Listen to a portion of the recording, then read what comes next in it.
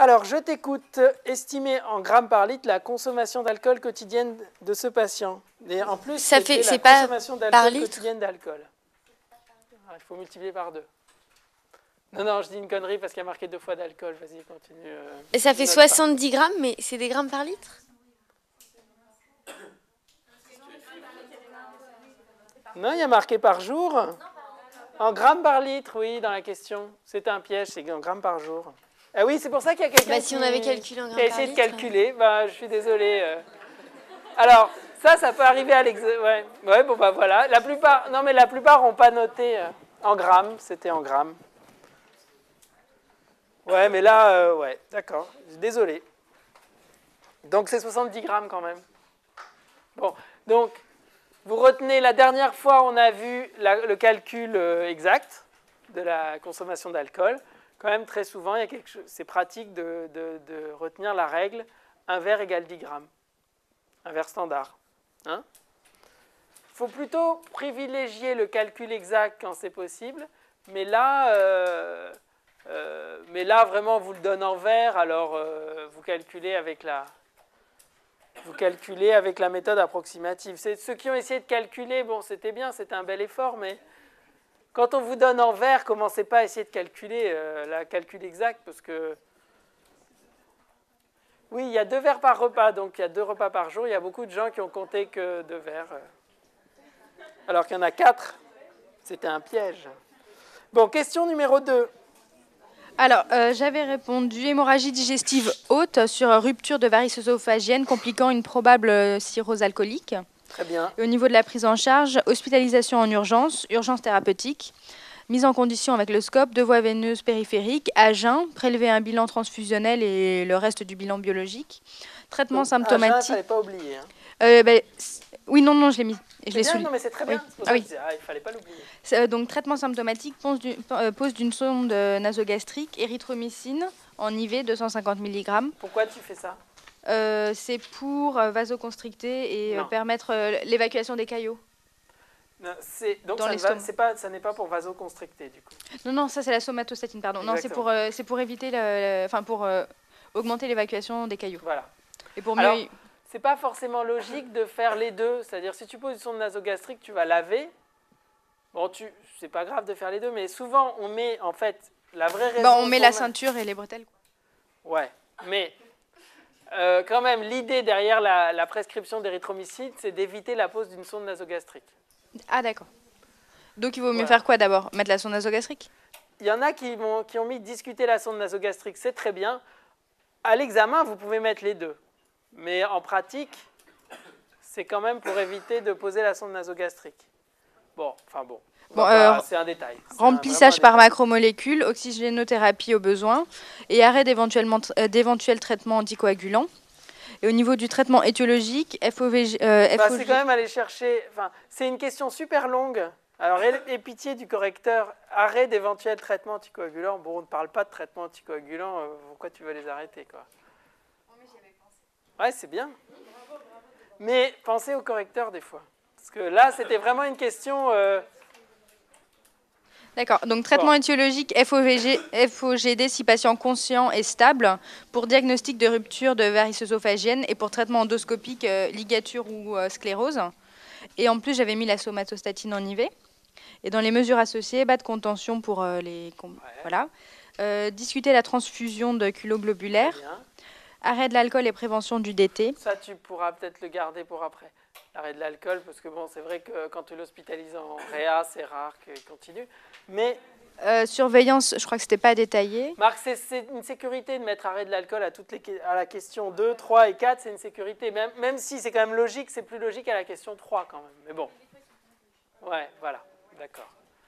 Mais quand même, vous remplissez l'idée de remplir à fond pour l'idée de remplir et de se dire comme ça au moins j'aurai les points, ça peut être à double tranchant. Alors, privilégiez quelque chose de clair, vous essayez de tout mettre, mais alors là, présentez clairement. Si vous voulez tout mettre, vous faites une présentation très claire.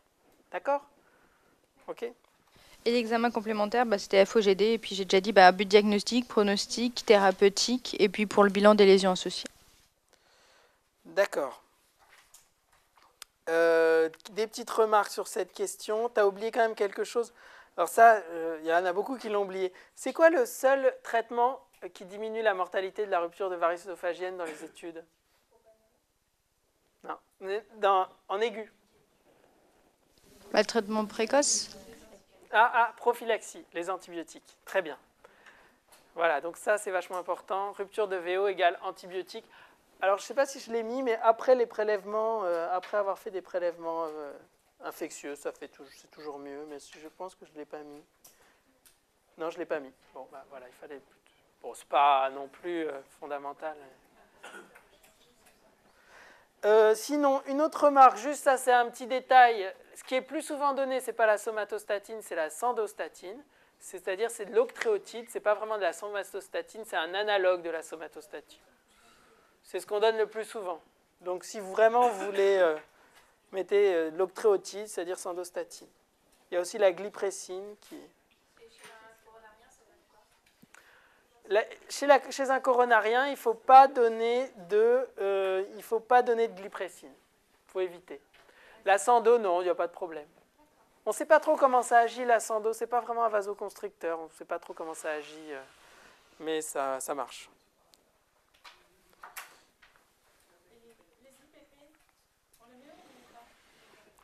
Les IPP, on les met ou on les met pas? Là, c'est vraiment un cas clinique de rupture de VO. Normalement, on ne les met pas.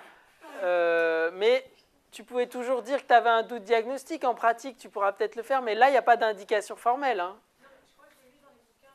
Il me semble avoir lu qu'on mettait les IPP dans les deux cas. La dose moins forte dans les... Ça, c'est une indication qui n'est pas reconnue, la prévention de l'ulcère de stress pour les IPP. Hein. Avant, on mettait en réa, ils mettaient vachement les IPP. Il faut savoir que les IPP, ça favorise quand même les pneumopathies en réa. Bon, non, mais je pense que c'est... Là, sincèrement, il n'y a pas d'indication formelle. Par contre, c'est vrai que si tu ligatures si tu fais une ligature, il y a une indication formelle. Et si tu as un doute, tu peux toujours t'imaginer que tu as un doute, tu peux les mettre. Sincèrement, vous pouvez les mettre, mais je ne pense pas que ce soit forcément indispensable ici. Parce que quand tu fais une ligature, donc tu poses un élastique à la base de la varice. La varice, elle va se nécroser et à la place de la varice, tu auras un ulcère. Et il faut éviter que l'ulcère soit agressé par l'acidité gastrique. Mais dans la conférence, il y a une conférence de consensus là-dessus, sur la rupture de VO, et il ne parle pas d'IPP dedans. Par contre, ligature, ouais, il y a une étude qui a montré que ça diminuait la taille des ulcères. D'accord, bon, bah, tu as dit le principal. Non, c'est bien, très bien. Question numéro 3. L'évolution est favorable. Quel traitement vous semble approprié pour prévenir une récidive chez ce patient? Donc ici, les bêta-bloquants sont contre-indiqués parce que le patient est asthmatique. Très bien. Donc du coup, le traitement préventif, ce sera la ligature de toutes les varices œsophagiennes. Alors grade... Pourquoi tu précises? Qu'est-ce que tu t'embêtes à aller dire quel type de varices? Tu t'imagines bien que ce n'est pas ça qu'on te demande. Hein. Surtout que c'est 2 ou 3, c'est pas que 3. C'est grade 2 ou 3 donc. Alors rentrez pas dans les détails quand ça devient vraiment technique, ça n'a pas d'intérêt. Il faudra surveiller le patient cliniquement et paracliniquement. Il faut arrêter l'alcool. Très bien. Et dépister les autres complications de la cirrhose. Oui, d'accord, mais c'était pas la question. Mais bon, ça mange pas de pain, mais comme c'est bon, quand même essayer de... Bon, c'est toujours pareil, hein, je répète un peu toujours la même chose, mais rajouter... par exemple, j'ai mis sans la surveillance. Il y a quand même des gens qui m'ont mis la surveillance. Bon, on se dit, on sait jamais... Je crois que voilà, j'ai été frustrée parce que dans cette question, il n'y avait pas la surveillance. Du coup, j'ai dû rajouter un bout de surveillance dans la question 3. Ouais, pour dépister les complications. C'est un scrupule qui t'honore, mais c'est toujours un juste milieu qu'il faut trouver. Je répète la même chose pour vous dire qu'il y a un juste milieu. C'est-à-dire que n'en mettez pas, c'est pas celui qui en mettra le plus. Moi, je me souviens, il y avait un conférencier, parce que de notre temps, on répondait dans des cadres. Il fallait que ça tienne dans un cadre. Et alors, il nous disait, il faut toujours que le cadre soit plein. Parce qu'il n'y a aucune chance à perdre de remplir, il y aura des mots-clés. Notre conférencier de psychiatrie qui disait ça, qui était très bien d'ailleurs. Et puis, on a parlé au professeur Menkes qui nous racontait la correction des copies. Il dit, c'est l'horreur de corriger les copies et tout. J'ai dit, ben moi, il y a le conférencier, il dit qu'il faut remplir les trucs, il crève ses pneus. Tu vois, pour dire dans quel état. Enfin, il trouvait que ce n'était pas du tout une bonne idée de remplir les cadres. Le gars qui corrigeait, donc c'est quand même plutôt... voilà. Donc, c'est le témoignage d'un correcteur, c'est quand même important. Le principe de la sonde de Blackmore, la double ballonnée, c'est dans l'urgence, c'est pas en chronique? Non, ah non, oui, alors ça non, c'est pas en chronique, ça c'est certain. Et dans l'urgence, on essaye quand même de s'en passer parce que, selon le fameux adage, quand tu as une sonde de Blackmore, t'es mort. Enfin, moi, ça c'est confirmé en pratique. Hein. Et le truc qu'on appelle TIPS, là, j'ai pas très bien compris. Le TIPS, ça va être la question plus tard, donc on va dire à ce moment-là. Ok. On va finir à l'heure, vous inquiétez pas. Alors, question numéro 4. Question 4. Donc, il s'agit d'une acide, donc c'est une probable décompensation hématocytique d'une cirrhose éthylique. Alors, je l'hospitalise en médecine. Je fais des examens complémentaires, surtout pour chercher un facteur déclenchant. Donc, une hépatite surajoutée. J'ai refait un bilan hépatique et une écho-abdo. Un trouble hydroélectrolytique, iono, urécréate, une infection, hémogramme CRP, radio de thorax, bandelette et MOC. Une hémorragie digestive, un hémogramme, un lavage gastrique si on a une suspicion. Il ne faut pas aller trop loin quand même. C'est bien de sortir, je vous l'avais dit la dernière fois, devant une complication, il faut chercher les facteurs déclenchants. J'ai ponctionné son acide pour analyse cytologique, bactériologique et biochimique. Alors là, il n'y aura personne, parce que si vous voulez faire plaisir à un hépatologue, vous lui parlez des polynucléaires dans l'acide. Ça, il sera toujours content. Il n'y en a personne qui m'a fait ce plaisir. Polynucléaires, c'est quand même faux. Les polynucléaires dans l'acide, c'est le plus important. C'est plus important que la culture, que l'antibiogramme, que machin.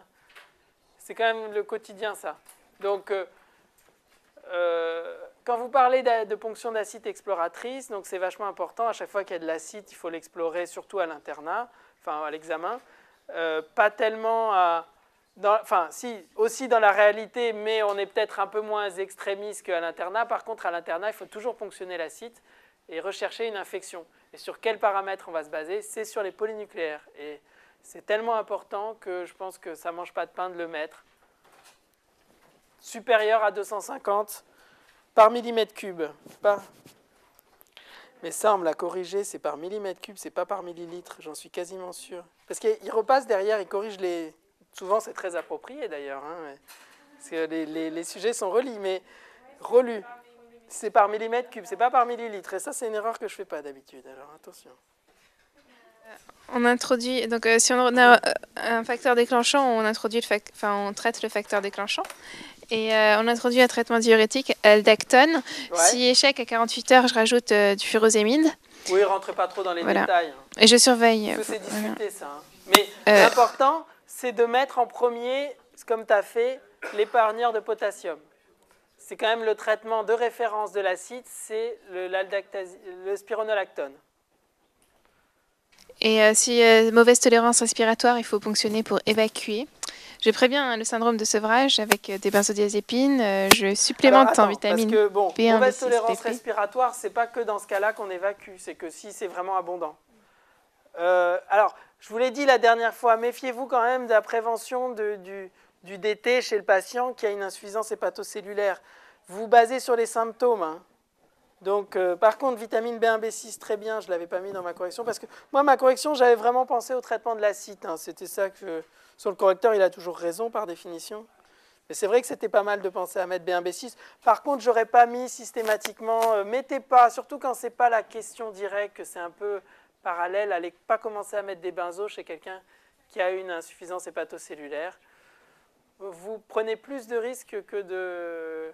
C'est-à-dire que vous risquez de perdre plus de points que vous pouvez en gagner. Vous n'en gagnerez pas beaucoup et vous risquez d'en perdre beaucoup. Voilà. Alors, Pareil pour la prévention, enfin c'est un peu moins grave, mais vraiment c'est pas beaucoup fait en pratique, alors alourdissez pas vos réponses avec ça. La prévention de l'encéphalopathie hépatique avec le lactulose, le pauvre gars, il a de l'acide, il n'a rien demandé à personne et vous allez lui fiche la diarrhée. Bon, ben. Non, moi on le fait pas, enfin je sais pas s'il y a des services qui le font, moi j'ai jamais vu faire et je le fais pas. Et enfin, donc, je surveille surtout les constantes, le poids, la diurèse et le iono. Le plus important là-dedans, c'est quoi? C'est le poids, la diurèse et iono-urécréate. Et dans tout ça, c'est quoi le plus important? Le poids. Le poids, ouais. La surveillance d'un syndrome œdémato-ascitique, c'est le poids. Parce que la diurèse, je ne sais pas si vous avez vu dans la réalité comment ça se passe. Oh, bah j'ai vidé le truc. Oh, bah il y a 3 jours de diurèse. Enfin bon, non, c'est le poids, c'est quand même le plus fiable. Et pour la tolérance, c'est le iono sanguin. Donc l'efficacité, c'est le poids et la tolérance, c'est le iono. Alors, question suivante. J'ai été très impressionné parce que presque tout le monde avait bon. Alors, juste encore un truc, vouloir en dire trop. Il y a quelqu'un qui m'a mis, j'étais assez impressionné d'ailleurs, mais il y avait quand même pas mal de fautes, qui m'a mis le tableau pour le child, en mettant toutes les valeurs. Alors bravo si on tombe juste, mais en plus c'est même pas la question qui est posée, c'est les paramètres qui sont pris en compte, enfin, vous imaginez bien. Enfin, ou alors vous êtes vraiment sûr de votre coup, vous le mettez, mais n'en rajoutez pas, hein. C'est pas la peine d'aller chercher les ennuis. Hein. Vous imaginez... Vas-y. Donc TP, albumine, bilirubine conjuguée, acide et cerveau, enfin encéphalopathie. Oui, il y a un moyen mnémotechnique là-dessous. Tabac. Ouais. Donc, très bien. Et ben voilà, tu as tous les points. Donc, je vous rappelle pour retenir qu'il y a 3 paramètres biologiques et 2 paramètres cliniques. Et aussi pour votre gouverne et pour votre raisonnement au quotidien sur les patients qui sont atteints de maladie du foie, les 3 paramètres biologiques, c'est les 3 paramètres de l'insuffisance hépatocellulaire. La bili, le TP et l'albumine. D'accord ? Question suivante. Question numéro 6. Bon, ça, je ne m'appesantis pas parce que c'est dans tous les bouquins, hein, le child. Hein. Question numéro 6, mais à connaître, bien sûr. Alors, à quelles conditions il n'y a pas beaucoup de gens qui m'ont dit la vraie définition de l'acide réfractaire. Je t'écoute. Alors, on parle d'acide réfractaire quand c'est une acide résistante donc à un régime hyposodé associé à 2 diurétiques, spironolactone et furosémide. Très bien. Et bien ça, c'était la bonne réponse.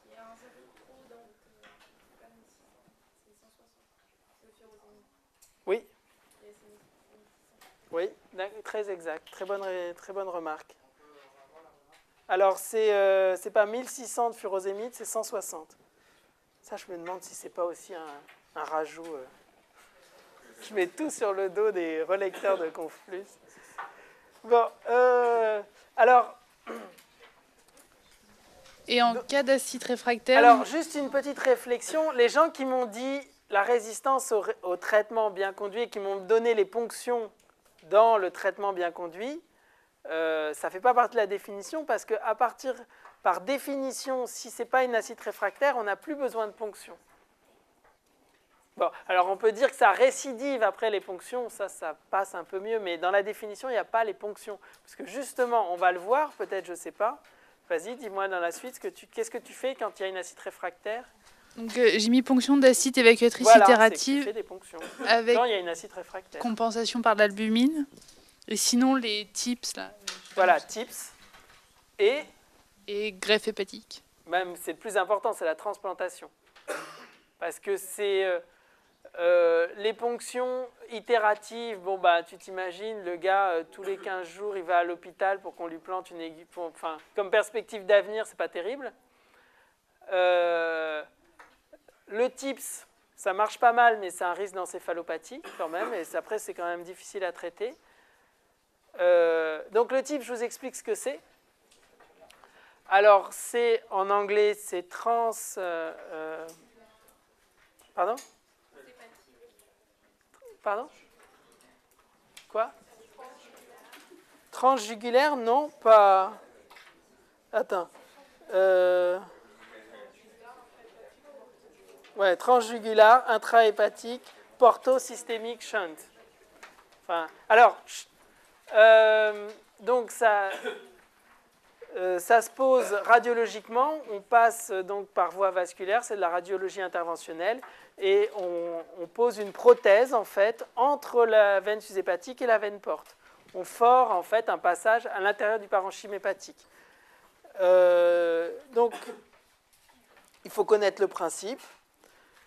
Les indications. Alors, les indications, c'est les hémorragies digestives qui récidivent malgré le traitement médicamenteux et le traitement endoscopique, et l'acide réfractaire. Alors, il y a des conditions, on ne peut pas en mettre à tout le monde, mais ça, on ne vous demande pas de le savoir parce que c'est très discuté entre les hépatologues. Alors, la transplantation hépatique, donc c'est le traitement qu'on envisage le plus rapidement possible. Il faut envisager assez tôt dans l'histoire naturelle, dès qu'il commence à y avoir des complications graves. Et surtout, alors peut-être moins quand c'est une hémorragie digestive, parce que les problèmes d'hémorragie digestive, on arrive assez bien à les contrôler justement avec le traitement médicamenteux et le traitement endoscopique. Donc il y a moins souvent besoin de transplantation, mais l'acide réfractaire, il faut forcément envisager la transplantation. Vous trouverez dans les vieux bouquins les shunts de Leven, c'est-à-dire c'est un shunt qui passe sous la peau et qui met en communication l'acide et le réseau cave, veineux cave. On le fait de moins en moins parce que ça se bouche et ça ne marche pas très bien. Dernière chose, chez un patient qui a une cirrhose alcoolique, je finis là-dessus, et pour qui on envisage la transplantation, c'est bien évident qu'il faut une abstinence. Et il y a la règle qui est une règle qu'il ne faut pas prendre comme un dogme absolu.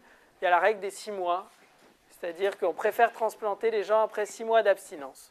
Ce n'est pas un dogme absolu. Il ne faut pas s'imaginer qu'on ne peut pas transplanter les gens à 3 mois et demi. Ça peut se faire aussi. Il y a d'autres critères qui sont aussi importants à prendre en compte pour décider le timing. Mais il faut une abstinence, un certain recul sur l'abstinence.